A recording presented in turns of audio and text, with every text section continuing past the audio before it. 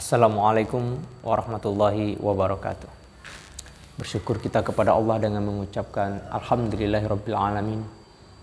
Selawat kita kepada Nabi dengan mengucapkan Allahumma shalli ala Muhammad wa ala ali Muhammad. Saudara-saudaraku dimanapun Anda berada, mendengar kata ekonomi Islam atau keuangan syariah, ini mungkin sudah tidak asing lagi bagi kita. Karena sejak terjadinya krisis di tahun 98 yang lalu, ada sebuah lembaga keuangan yang tetap berdiri kokoh di tengah-tengah terpaan krisis moneter. Itu lembaga keuangan syariah, BMI, Bank Muamalah Indonesia.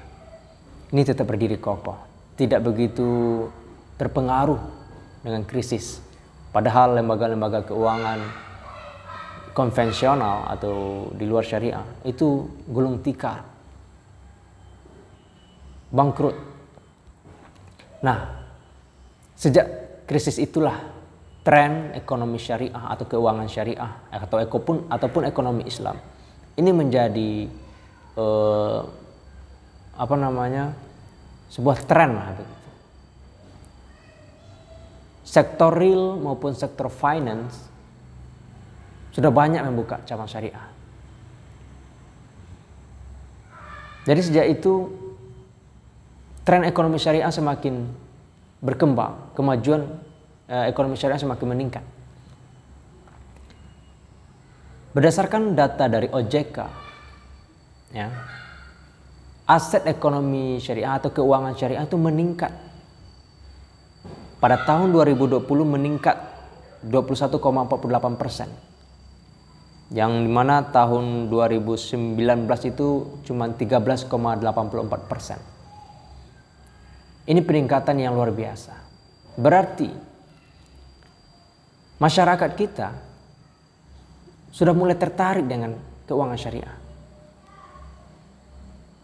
Walaupun ekonomi konvensional yang lebih dulu ada, ya, sekarang masyarakat sudah mulai sadar akan kehadiran ekonomi syariah. Karena ekonomi syariah itu atau keuangan syariah itu sebuah keuangan atau sebuah manajemen yang berlandaskan kepada Al-Quran dan hadis atau prinsip syariah, prinsip Islam. Nah, kalau prinsip Islam ini itu pasti tidak akan menzalimi salah satu pihak. Tidak ada zalim di situ. La tazlimuna wa la tuzlamun. Tidak saling zalim dan menzalimi. La darara wa la dirara. Tidak pula mudarat dan tidak pula memudaratkan. Sistem Islam itu pasti berkeadilan. Nah, kalau kita lihat dulu hasil survei yang dilakukan oleh OJK tahun 2008, dari sebanyak 100 orang responden, hanya 8 orang yang paham keuangan syariah. Itu tahun 2008. Tapi kalau semakin ke sini, itu pemahaman masyarakat tentang keuangan syariah itu sudah meningkat.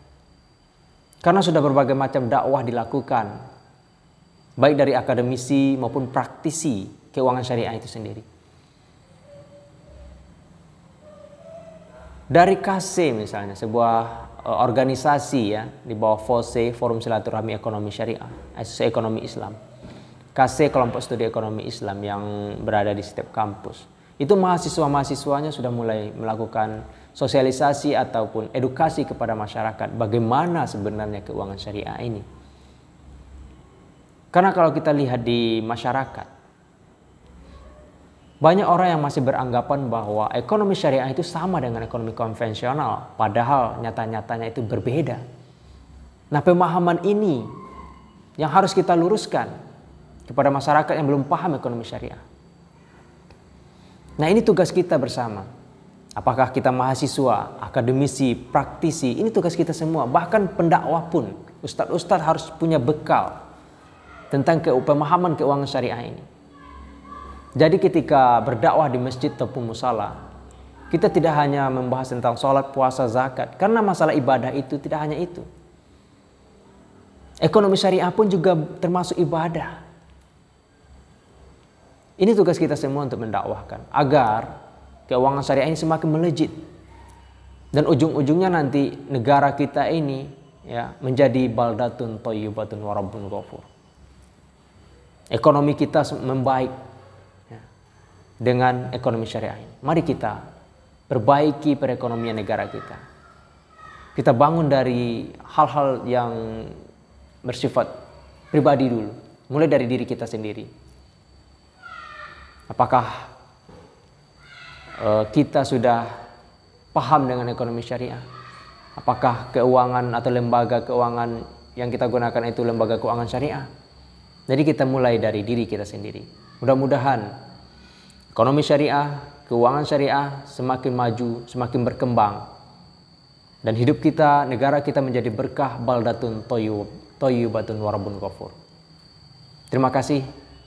Assalamualaikum warahmatullahi wabarakatuh.